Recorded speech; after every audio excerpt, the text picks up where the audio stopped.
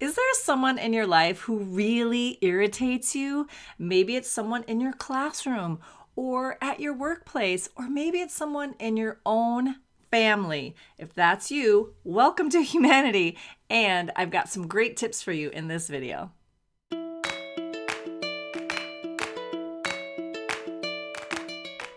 Hello, it's Mira Binson, author and co-founder, along with my mom and sister, of Global Family Wellness. We're here to give you and your family a fresh mindset and some practical tools to feel less anxious and more awesome. Ready to dive into this advanced strategy? Okay. Step one is to understand what your nervous system is doing. Our nervous systems are super genius and super primitive. It's like must stay alive. And so when we're in a social situation, we're picking up cues and trying to decide, is this person going to invite me to dinner or is this person going to eat me for dinner? So when we're in a relaxed state, our nervous system is safe and social. Like, hey, let's hang out. Let's sing around the fire. In fact, singing is a great way to feel relaxed and more connection. When we're stressed out, we're on a heightened alert and we might perceive a threat that isn't actually there because our alarm system is really looking for danger. So understand that the particular conversation you're in with a potentially irritating person might not be a source of stress, but you may have brought a stressful state into that conversation. So the first thing that you can do is see if there's something that you can do to calm yourself down a little bit. You might want to take a few deep breaths, or if you're driving to a big family gathering, you might want to crank up the tunes and sing out loud the whole way there, or have a little dance party, stretch, something that you can do to release stress that you might be bringing into the situation. So that's step one. Step two is to notice your thoughts. When we're not feeling safe, we often have a lot of judgmental and critical thoughts. And again, that's like, that's not safe. That's not safe.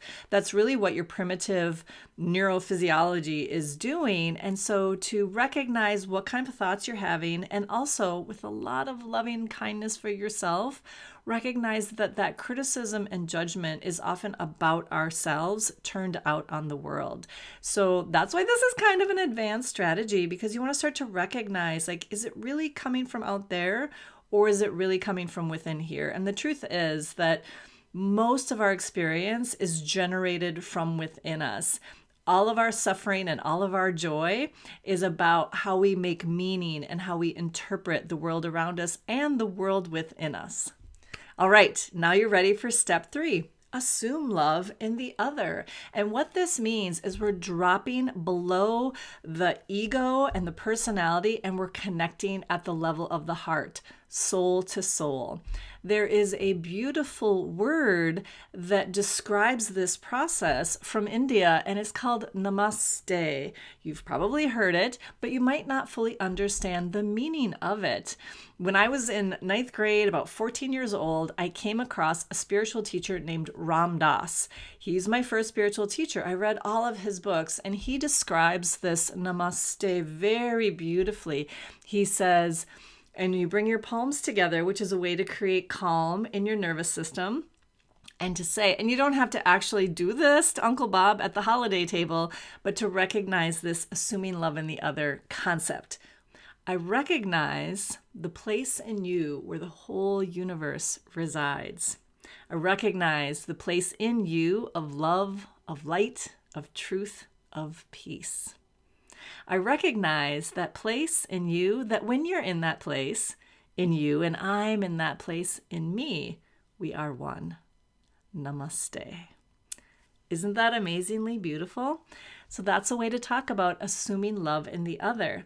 So you're not saying, yeah, Uncle Bob, I totally agree with you about that political idea that you're sharing at the table that nobody wants to hear, right? For an example, but you're recognizing Uncle Bob's humanity. You're recognizing that the entire universe resides as a drop within each one of us.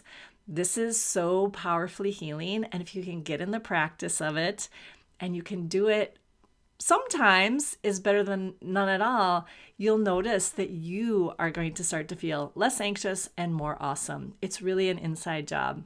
Ram Dass was an American psychologist that went to India in the late 60s, early 70s, and then came back to the United States and taught everybody about the Eastern science of consciousness. Towards the end of his life, which he recently passed away, a musician called East Forest went and interviewed him and then set the words that he was sharing in this interview to music. It's amazing. It's a really cool album. And on this album, Ram Dass talks about a mantra that he uses. And this is another really beautiful way to practice assuming love in the other. And it's, I am loving awareness. So you're not going to say this out loud. You're saying it to yourself. I am loving awareness. It's another way to say namaste. It's like, I recognize that it's all love.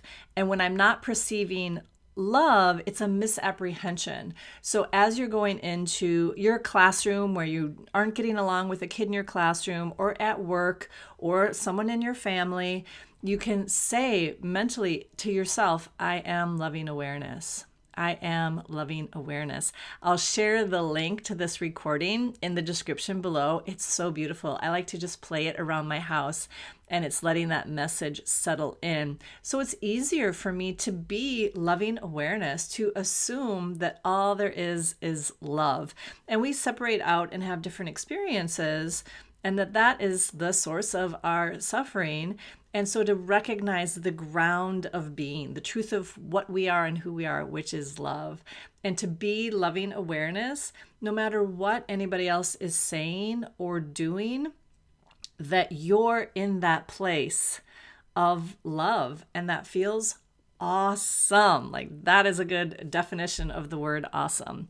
Now, of course, we're not talking about your personal safety. If your personal safety is at risk, then get yourself safe, right? That's the most important thing.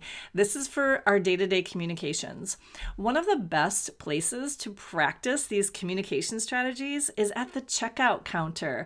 So when you're interacting with someone who's neutral, you don't have a relationship with them, you can practice assuming love in the other. We have no idea where people are coming from, what kind of suffering they're experiencing, what kind of hardships they're facing in their life or on that day. And it's such a service to humanity to assume the very, very best in that other person, even though we can't see it, even though we can't find it and we're looking hard. And that's really a way to be the change that you want to see in the world. And the ultimate benefit is in you. You're going to feel better when you assume love in the other. What do you think? Are you going to try it? Type in the comments. Let me know. Like, I'm in. I'm going to try this. Or just type in the comments, I am loving awareness. You're affirming it right there and then. I've got another couple of quotes from great, amazing, beautiful spiritual teachers that can help you assume love in the other. And what you're doing ultimately is assuming love in yourself as well. So the first one comes from Thich Nhat Hanh, and he says, understanding someone's suffering is the best gift you can give another person. Understanding is love's other name. If you don't understand, you can't love. Pema Chodron is another wonderful spiritual teacher, and she says, hatred never ceases by hatred, but by love alone is healed. This is an ancient and eternal law. All right, you've got this. I believe in you. You can totally do it. So step 4 of our assuming love in the other advanced communication strategy is to notice how you feel when you assume love in the other, and then celebrate. You did it, and you can do it again. Practice where it's easy first. Practice on your pets. They are loving awareness for sure. Practice with your family members when you're getting along, and then try it when you're not getting along, and then try it with the people who challenge you the most. Now, this is a total inside game. Nobody around you needs to know that you're practicing this advanced communication strategy by assuming love in the other, but you'll find that it's a real healing salve for you. And so I'm so excited for you to try it, and I would love to know how it goes for you. Thank you for being here. Your commitment to your own well-being is a healing balm for the whole world. So I really appreciate you. Thanks for being here, and we'll see you again soon.